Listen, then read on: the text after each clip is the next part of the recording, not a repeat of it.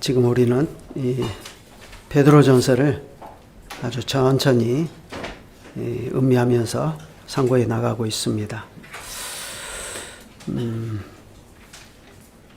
베드로는 이 세상에 흩어진 나그네들을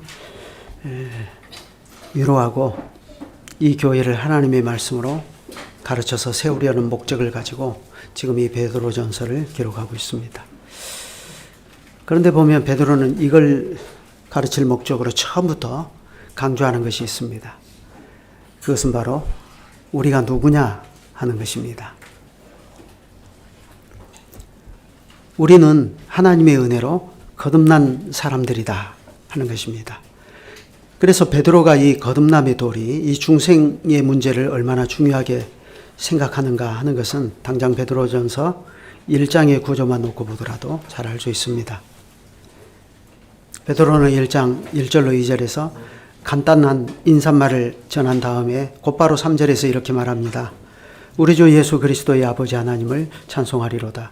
왜 우리가 그분을 찬송해야 하는가 할 때 그의 많으신 긍휼대로 예수 그리스도를 죽은 자 가운데서 부활나게 하심으로 말미암아 우리를 거듭나게 하사 산 소망이 있게 하셨다 하고 이렇게 말합니다.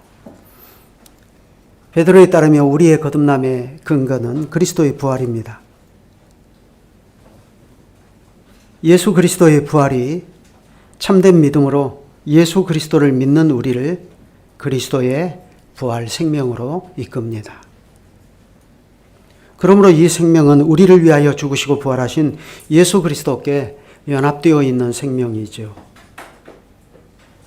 그렇다면 그 의미는 우리에게 곧 무엇입니까? 그리스도가 영원히 사시니 참된 믿음으로 그의 안에 거하는 자도 영원히 산다는 것입니다. 이것이 우리의 거듭남입니다. 그런데 베드로는 똑같은 이 거듭남의 문제를 1장을 마무리하는 시점에서 다시 언급합니다. 그런데 이번에는 이렇게 말을 합니다. 23절 보시죠. 너희가 거듭난 것은 썩어질 씨로 된 것이 아니요 썩지 아니할 씨로 된 것이니 살아있고 항상 있는 하나님의 말씀으로 되었느니라. 우리를 거듭나게 한 것이 살아있고 항상 있는 하나님의 말씀이라는 것입니다. 그런데 이 말씀은 구체적으로 3절에 의하면 우리의 거듭남의 기초가 되는 예수 그리스도의 부활에 관한 말씀인 것을 알 수가 있죠. 사도들이 우리에게 전한 것은 그리스도의 십자가와 부활입니다. 베드로는 이렇게 우리가 비록 세상에서는 이곳저곳 여러 곳에 흩어져 있는 나그네와 같은 인생들이지만 그러나 실제로 우리는 누구인가를 분명하게 가르칩니다. 우리는 예수 그리스도의 복음 진리로 말미암아 새 생명을 얻은 자들이라는 것입니다. 그것은 우리가 가진 옛 생명에 적당히 덧칠해진 페인트 같은 것이 아닙니다. 바울에 따르면 우리는 예수 그리스도 안에서 그리스도와 함께 죽고 그리스도와 함께 다시 살아났습니다. 이것은 옛사람이 새 사람으로 완전히 새롭게 태어난 것을 말하죠. 그러니 너무도 당연하게 우리의 본성도 변하고 심지어 우리의 생명의 활동도 변한 것입니다. 속 사람이 변하면 그의 생각이나 그의 말하는 것이나 그의 행동이 변하는 것 아닙니까? 예전에 우리는 조상들이 우리에게 전례해 준 헛된 행실을 따라서 몸의 사욕을 본삼고 살았습니다. 그러나 이제는 그런 헛된 삶의 방식에서 건짐을 받아서 이제는 우리 자신의 믿음과 소망을 오직 하늘에 계시는 우리 아버지 그분께만 두고 살게 되었습니다. 그렇지만 여러분, 이 문제가 어디 쉬운 문제입니까? 우리가 우리의 믿음과 소망을 오직 하나님께 두고 사는 이 문제는 실제로 이 세상, 다시 말해서 하나님을 알지 못하는 이 세상의 비방과 반대를 뚫어가면서 살아야 되는 문제입니다. 그러니 베드로는 반기독교적인 세상의 문화 속에서 살아가는 우리 신자들이 방탕의 홍수 속에서 빠져나와서 어떻게 살아야 되느냐, 하는 그 문제를 가르치려고 합니다.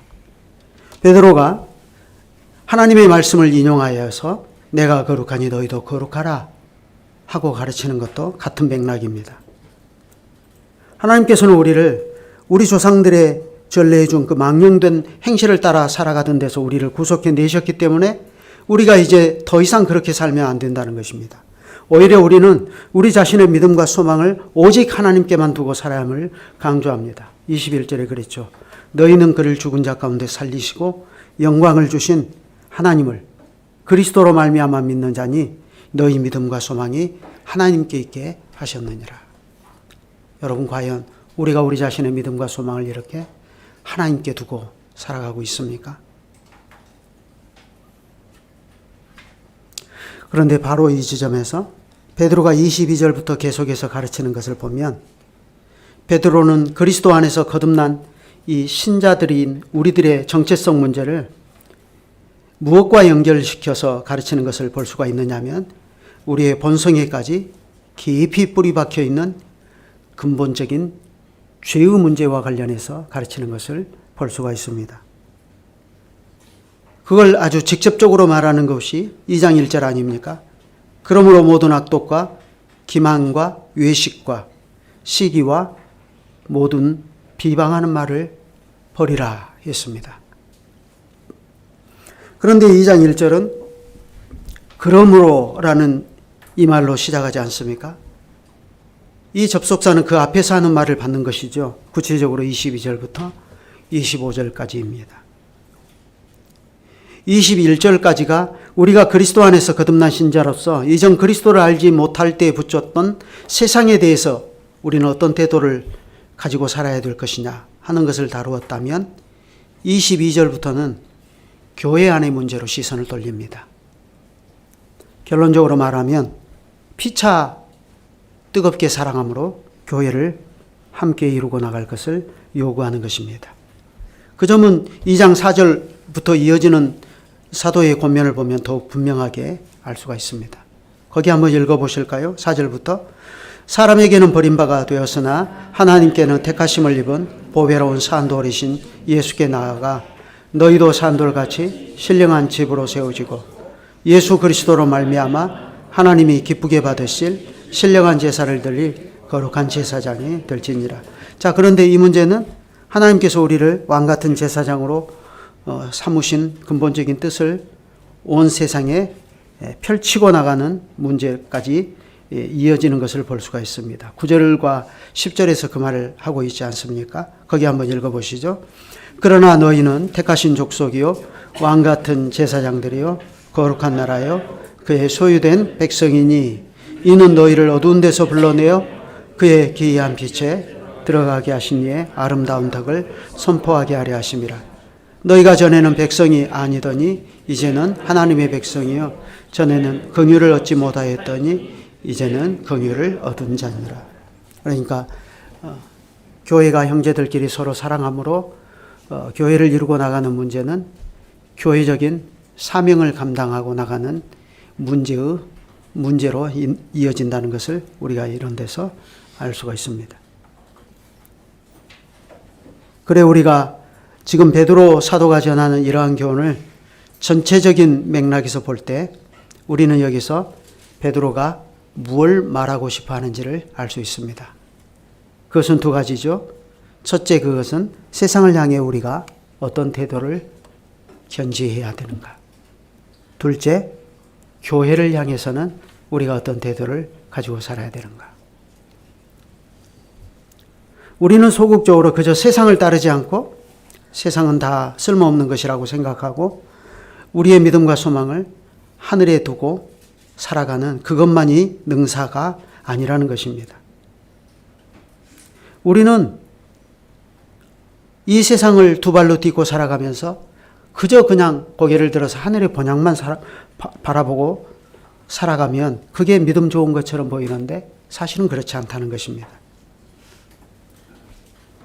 오히려 베드로는 거기에 더하여서 이제 적극적으로 우리가 이 세상에서 힘써 추구하며 살아야 할 것이 있다는 사실을 가르칩니다. 그게 뭐죠? 그것은 바로 우리를 왕같은 제사장으로 부르신 하나님의 아름다운 덕을 온 세상 앞에 선포하는 교회로 우리가 서 나가야 한다는 것입니다. 그러니 그것을 위해서 가장 현실적으로 먼저 우리에게 요구되는 것이 있다는 것을 이제 베드로가 말합니다. 그게 뭐죠? 22절에서 말하는 것입니다. 우리가 피차 뜨겁게 사랑하는 것이고, 또 2장 1절 이하에서 말하는 것은 그 반대되는 개념들이죠. 모든 악독과 모든 기만과 외식과 시기와 비방하는 모든 말을 버리는 것입니다. 쉽게 말하면 오늘 강설의 제목처럼 사랑은 취하고 모든 악은 버리라 하는 것입니다. 왜냐하면 이게 거꾸로 되면 교회는 서지 못하고 곧바로 파선해 버리기 때문에 그렇습니다. 특히 베드로가 이 서신을 쓸 때 지금 교회가 어떤 상황이었습니까? 신자들의 삶이 세상의 비방과 조롱에 직면해 있었습니다. 그들은 원치 않는 여러 가지 시험으로 인해서 근심하지 않을 수 없는 상황에 있었던 것입니다. 그러니까 이것은 교회를 마치 배에 비유하면요, 이건 망망대해에 떠 있는 배에 심한 파도가 내려치고 있는 그런 상황입니다.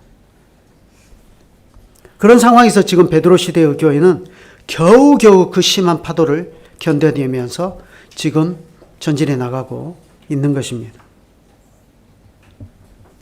여러분, 교인들의 삶이요, 매우 공고하게 되고 벌써 먹고 사는 문제부터가 팍팍하게 되면 교회에서 가장 먼저 나타나는 현상이 뭔 줄 아십니까?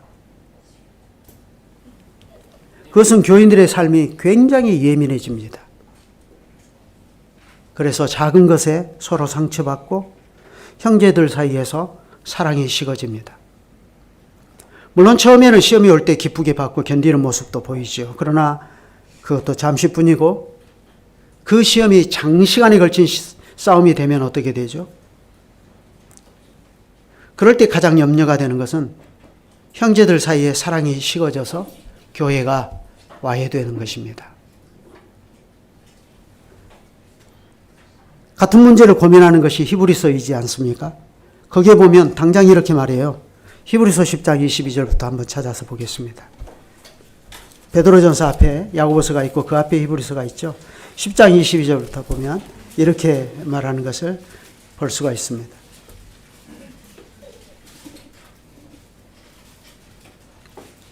같이 한번 25절까지 읽어보실까요? 시작.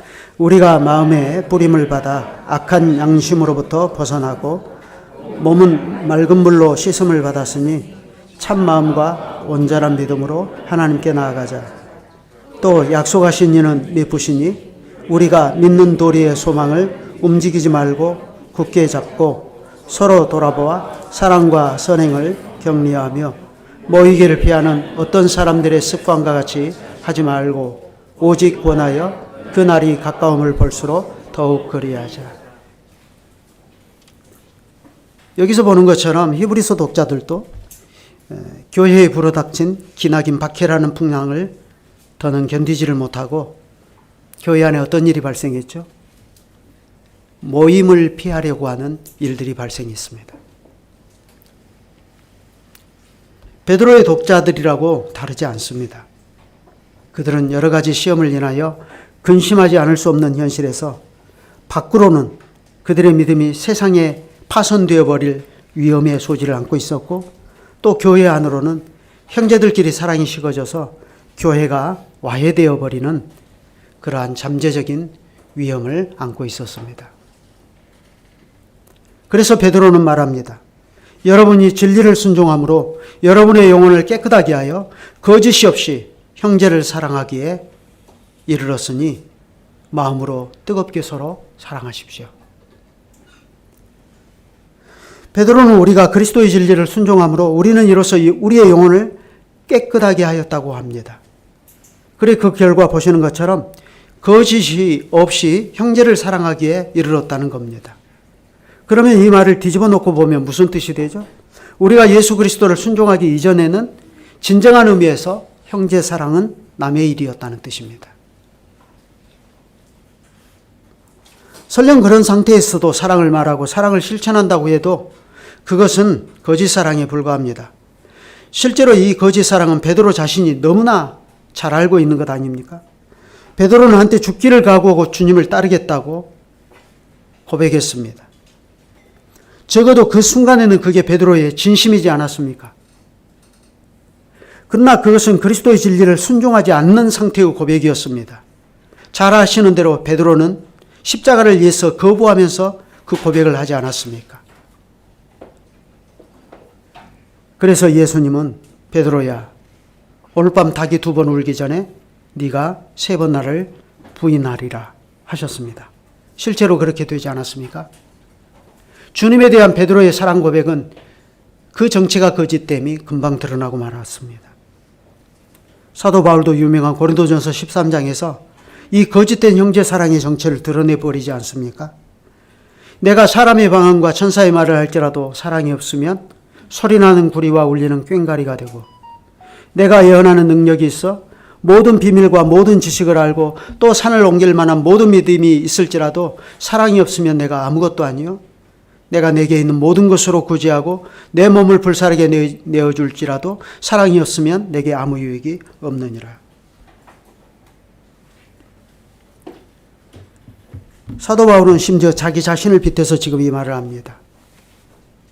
사람의 방언, 천사의 말, 예언하는 능력, 모든 비밀과 모든 지식을 알고 또 산을 옮길 만한 믿음을 가졌습니다. 누구 얘기입니까? 사도 바울 그 자신의 얘기입니다. 그런 사도 바울이 고린도전서를 보면 어떻게 했죠? 그 자신에게 있는 모든 것으로 구제하고 심지어 그 자신의 몸을 불사를 정도로 형제 사랑을 위해서 메어주었습니다. 거룩한 사도가 여기서 말하는 내용 하나하나가 모두 다 사실 뜯어보면 바울 사도 그 자신에게서 발견되는 것이고 사랑이라 할 만한 것들입니다. 그런데 정작 사도는 이렇게 말합니다. 사랑이 없으면 이 모든 것이 아무것도 아니라.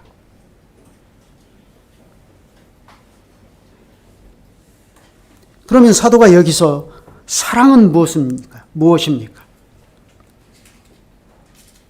그것은 사도가 이 말을 하기 전에 그 앞에서부터 무슨 말을 했는가를 보면 알 수 있죠. 사도는 고린도전서 12장에서부터 우리가 다 하나의 몸과 많은 지체를 가진 교회라는 사실을 강조합니다. 몸은 하나인데 많은 지체가 있고 몸의 지체가 많은 것과 같이 그리스도도 그러하니라. 우리가 유대인이나 헬라인이나 종이나 자유인이나 다 한 성령으로 세례를 받아 한 몸이 되었고 또 다 한 성령을 마시게 하셨느니라. 그런데 사랑을 말하고 사랑을 실천하려고 하는 좋은 의도를 가졌음에도 불구하고 실제로 보면 그것 때문에 자기 자신의 몸을 불사르게 내어주는 그런 어마어마한 사랑을 실천하는 것처럼 보이기도 하는데, 정작 사도가 여기서 말하는 교회의 일체성은 깨버리는 그런 일들이 현실의 교회 안에서는 종종 발생한다는 것입니다. 그런데 이런 일이 어디서 나타나느냐 하면 고린도 교회의 상황을 보면 교인들이 서로 은사를 가지고 경쟁해 버리는 것입니다. 다시 말해서 서로 선생이 되려고 하는 것이죠. 교회에 많은 문제가 있을 수 있지만 최악은 서로 선생이 되려고 하는 것입니다. 실제로 고린도 교회가 그러지 않았습니까? 그들은 방언의 은사와 예언의 은사를 가진 사람들끼리 경쟁했습니다. 그것은 마치 눈과 귀의 역할과 같은 것인데, 그렇다면 눈과 귀는 서로 협력해야 하지 않습니까? 귀로 듣고 눈으로 보는 걸 통해서 전체의 몸을 이롭게 해야 되지 않습니까? 오른손과 왼손도 그래요. 오른손과 왼손, 이 두 손은 서로 긴밀히 협력해서 무거운 것을 함께 들기도 하고 또 위험이 오면 손으로 막아서 몸을 보호하는, 전체 몸을 보호하는 그러한 일도 합니다. 그런데 오른손과 왼손이 서로 경쟁해버리면 어떻게 되죠? 이 둘 사이의 협력이 깨져버리면 어떻게 됩니까? 가재는 개편이라고 오른 눈은 오른손과 짝하고 왼 눈은 왼손과 짝하고, 그렇게 되면 어떻게 되죠? 자기들끼리는 서로 몸을 불사르게 내어줄지 모릅니다. 자기들끼리는 성도의 사귐도 너무나 친밀하게 잘 이룰지 몰라요. 그렇지만 정작 이것은 그리스도의 몸인 교회 전체의 유익을 도모하지 못하고 오히려 그 몸 전체를 와해시킵니다. 그리스도의 몸을 깨버리는 것이죠. 그러니 이런 사랑은 사도에 따르면 그리스도의 진리를 순종하지 않는 사랑입니다. 거짓 사랑이죠.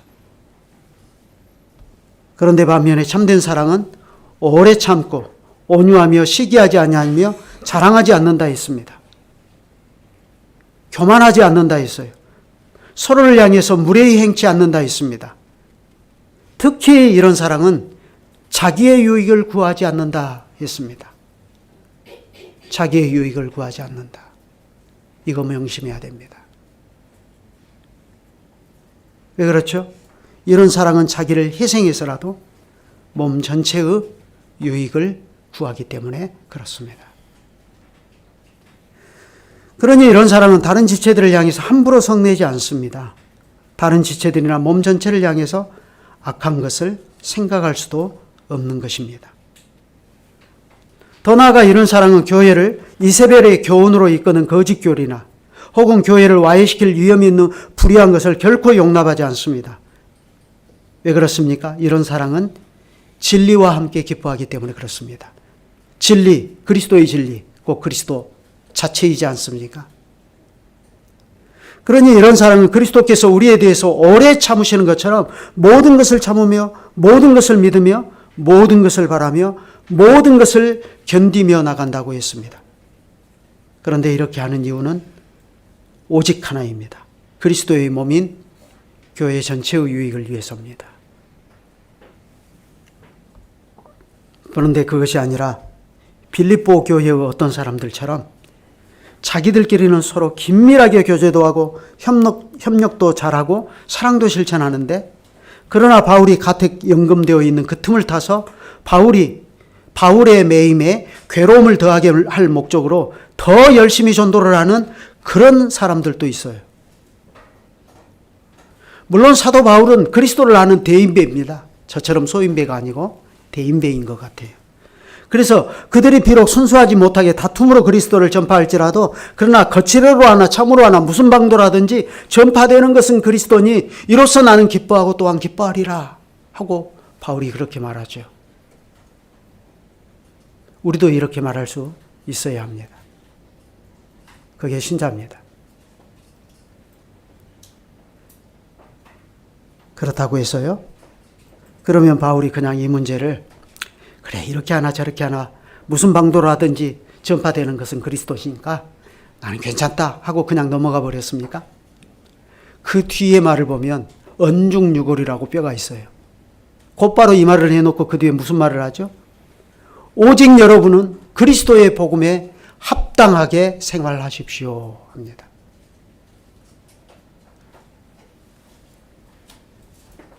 그러면 그리스도의 복음에 합당하게 생활하는 것이 뭐죠?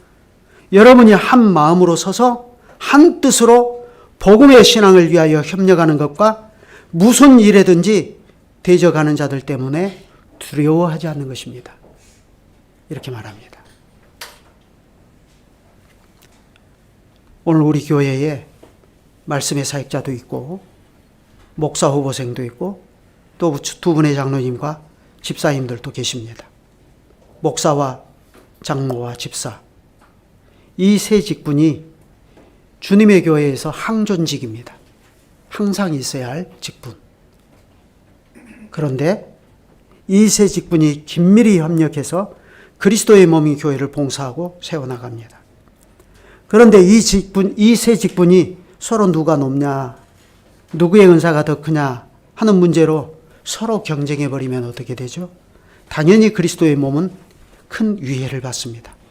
결국 상처는 교인들이 받고 특히 그 자녀들이 상처를 받습니다. 교회에서 어른들이 이런저런 일로 서로 다투고 목소리가 높아지고 하는 모습을 자주 보이면 어린 자녀들은 거기서 믿음을 배우지 못합니다.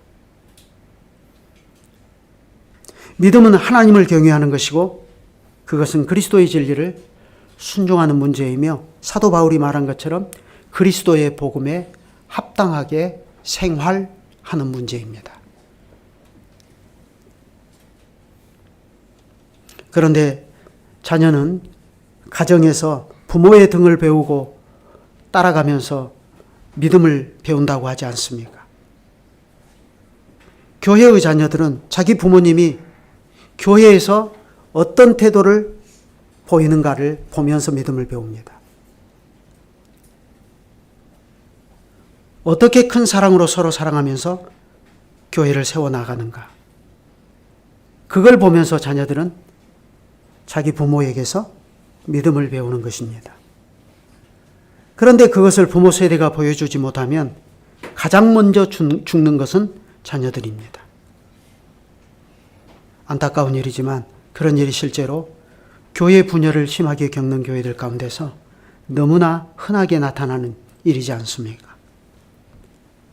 그렇지만 이제 그리스도의 진리를 순종함으로 베드로는 거짓이 없는 사랑으로 형제를 사랑하기에 이르게 되었다는 사실을 전합니다. 그것은 베드로와 다른 사도들이 전해준 그리스도의 복음 진리를 듣고 그 영혼이 깨끗하게 된 베드로의 수신자들도 마찬가지입니다.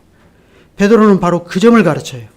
우리가 그리스도의 진리를 순종하는 문제는 믿음의 문제인데 이건 단지 개인적으로 예수 믿고 영원히 천당에 가는 문제가 아니라 그건 거짓이 없이 형제를 사랑하기에 이르는 그 상태로 진입하는 것이다 하는 말입니다. 하나님께서 우리를 그러한 상태로 인도해 주시는 겁니다. 왜냐하면 예수 그리스도의 진리를 순종함으로 우리는 마음으로 서로 뜨겁게 사랑할 새로운 형제와 새로운 자매들을 얻게 되는 까닭입니다. 그리고 오늘 아침에도 그 말씀을 제가 드리지 않았습니까? 내가 너희에게 진실로 이르노니 나와 복음을 위하여 집이나 형제나 자매나 어머니나 아버지나 자식이나 전토를 벌인 자는 현세에 있어 집과 형제와 자매와 어머니와 자식과 전토를 100배나 받되 하셨습니다. 새로운 형제 자매들을 얻는 문제입니다. 그래서 우리가 예수 그리스도의 진리를 순종함으로 영원히 깨끗하게 되는 이 문제는 우리가 그리스도 안에서 그리스도의 지체된 새로운 형제와 새로운 자매를 얻는 문제입니다. 그래서 교회는 성도의 교제입니다. 예수 그리스도의 복음 진리를 믿고 중생한 신자는 모두 이 성도의 교제에 붙어서 서로가 서로를 찾으며 마음으로 뜨겁게 서로 사랑하는 하나님의 가족을 이루고 살아가는 것입니다. 그래서 그리스도의 복음 진리를 바르게 알면 그런 사람은 결코 이 교회로부터 고립된 신자로 살아갈 수가 없습니다. 그러한 신자는 동시에 교회 안에서 자기 이름을 숨기고 살아가는 익명의 신자로 살아갈 수가 없습니다. 물론 그럴 수밖에 없는 특수한 상황에 처해 있는 사람들도 분명히 있을 것입니다. 그렇지만 우리는 그런 특수한 경우를 일반화시켜버려서는 안 됩니다. 그리스도의 진리를 순종함으로 자기 영혼이 깨끗하게 되었다는 것을 아는 사람들은 모두 하나님께서 자기들을 그리스도의 교회의 살아있는 지체들로 불러 모으신 줄을 알고 서로를 찾되 그것도 간절히 찾으며 마음으로 서로 뜨겁게 사랑하는 것입니다.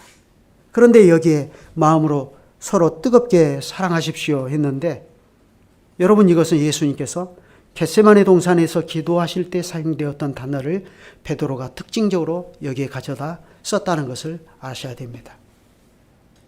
예수께서 힘쓰고 애써 더욱 간절히 기도하시니 땀이 땅에 떨어지는 핏방울같이 되더라 했습니다. 간절히 기도하셨다. 이게 바로 그 단어입니다. 뜨겁게 사랑하십시오. 우리말로 번역은 각각 다르게 되었는데 헬라어 원문은 똑같습니다.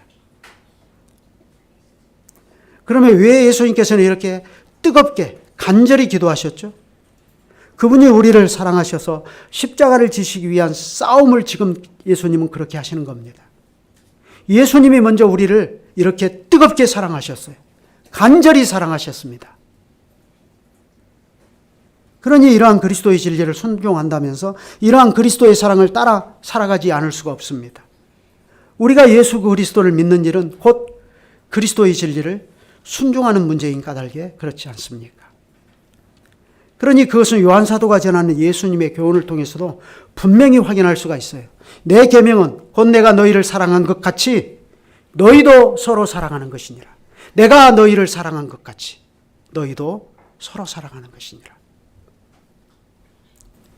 예수님께서는 교회가 하나가 되어 서로 사랑하기를 하나님께 기도하셨습니다. 곧 내가 저희 안에, 아버지께서 내 안에 계셔 저희로 온전함을 이루어 하나가 되게 하려 함은 아버지께서 나를 보내신 것과 또 나를 사랑하심 같이 저희도 사랑하신 것을 세상으로 알게 하려 함이로소이다. 여러분, 바로 이것이 우리가 순종하고 또 순종하며 살아야 할 그리스도의 진리입니다. 그러니 우리가 그리스도를 사랑한다면 성도를 사랑해야 됩니다. 바울은 그것을 이 사랑이 부재 상태에 있는 빌립보 교회를 향해서 이러한 말로 가르치지 않았습니까? 빌립보서 2장 1절로 4절 한번 보시죠.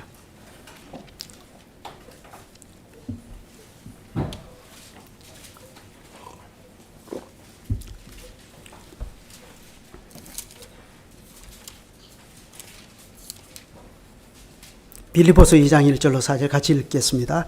그러므로 그리스도 안에 있는 무슨 권면이나 사랑의 무슨 위로나 성령의 무슨 교제나 긍휼이나 자비가 있거든 마음을 같이하여 같은 사랑을 가지고 뜻을 합하며 한 마음을 품어 아무 일에든지 다툼이나 허용으로 하지 말고 오직 겸손한 마음으로 각각 자기보다 남을 낮게 여기고 각각 자기 일을 돌아볼 뿐더러 또한 각각 다른 사람들의 일을 돌아보아 나의 기쁨을 충만하게 하라.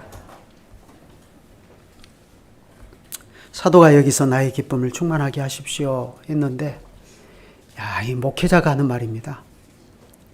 자기가 로마의 감옥에 가택 연금되어 있는 것을 기회로 삼아서 이때다 바울의 매임에 괴로움을 더하게 할 목적으로 더 열심히 전도해서 교회 안에서 우리 세력을 키웁시다 하는 사람들의 얘기를 들었을 때 바울이 대인배라 이렇게 전하나 저렇게 전하나 그리스도는 전파되는 것이니까 나는 기뻐하겠다 했지만 사실 그 사람의 속은 썩어 문드러지는 것입니다. 그래서 여기서 그런 말을 하는 것이에요. 마음을 같이하여 같은 사랑을 가지고 뜻을 합하며 한 마음을 품어 아무 일에든지 다툼이나 허용으로 하지 말고 그렇게 말해요. 그러면서 나의 기쁨을 충만하게 해주십시오.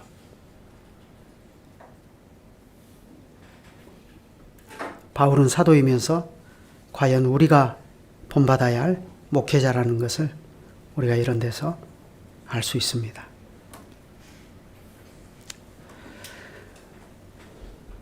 바울이 이 말을 할 때 방금 말씀드린 것처럼 그는 로마에서 가택연금 상태에 있었습니다. 그때 이 바울의 목숨줄을 쥐고서 재판하는 왕이 누구죠? 네로입니다.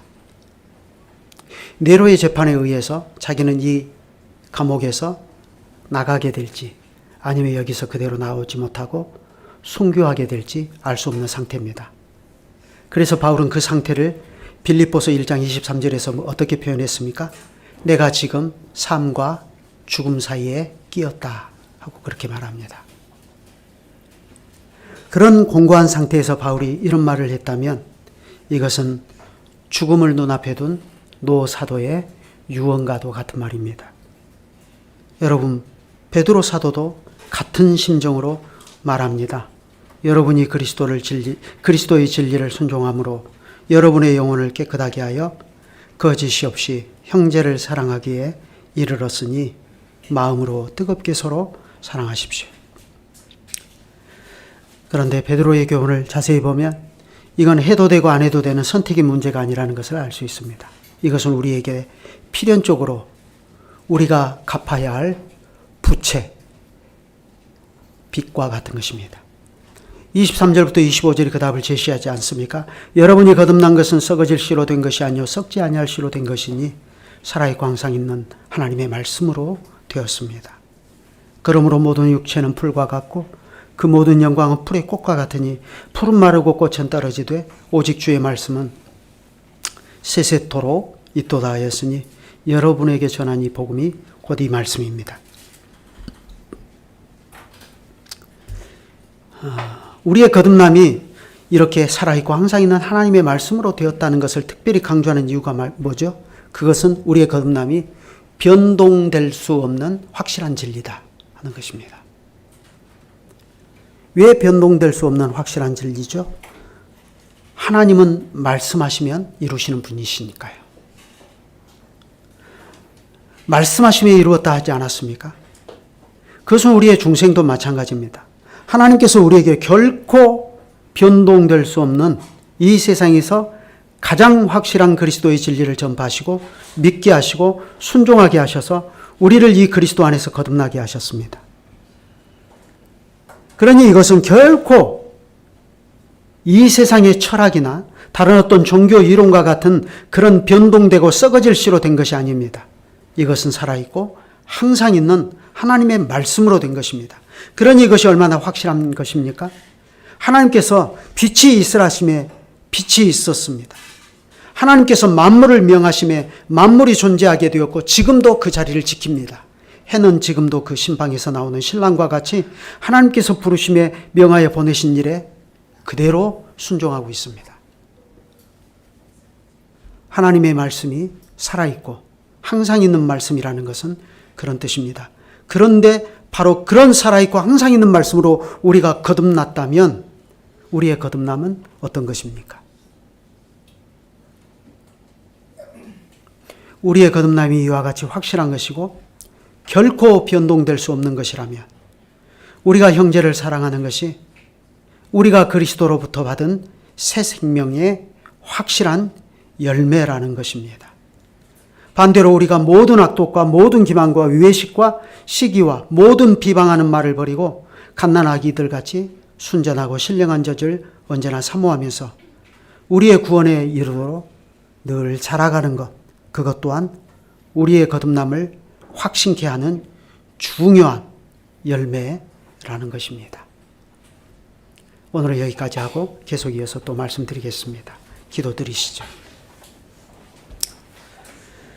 하늘에 계신 거룩하신 우리 아버지, 오늘도 우리에게 예수 그리스도의 부활을 전하는 살아있는 항상 살아있고 항상 있는 하나님의 말씀으로 말미암는 우리의 거듭남과 이 새로운 생명이 지향하는 바가 무엇인가 하는 것을 베드로 사도의 교훈을 통해서 가르쳐 주시니 감사합니다.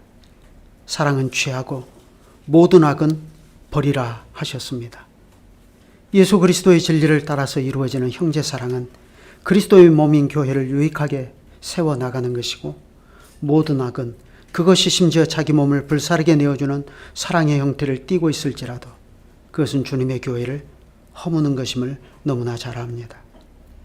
그러나 현실에서 저희들은 지독한 죄의 현실에서 살아가는 까닭에 심지어 저희 자신도 형제 사랑을 가장하고 나타나는 모든 악에 대해서 그것을 분별하지 못하고 신앙의 이름으로 혹은 거룩한 교회를 세운다는 신념으로 밀어붙이며 결과적으로 주님의 몸을 세우지 못하고 오히려 그 몸을 와해시키는 두려운 죄를 범하기도 합니다.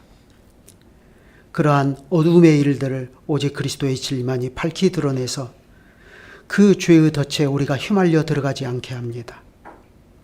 교회 안팎으로 예수 그리스도와 하나님의 나라를 향해서 가지는 우리의 믿음과 소망을 비웃고 조롱하며 차별과 해코지가 점차 확대되어 나가는 이러한 때에 저희가 이러한 세상에 대하여 어떠한 믿음의 태도를 가져야 하며 또 이러한 때의 교회를 향해서는 어떠한 태도를 견지하며 서나가야 하는지를 가르쳐 주시니 저희가 주님의 이 교훈을 따라서 우리 자신을 부인하며 살아가게 하시옵소서.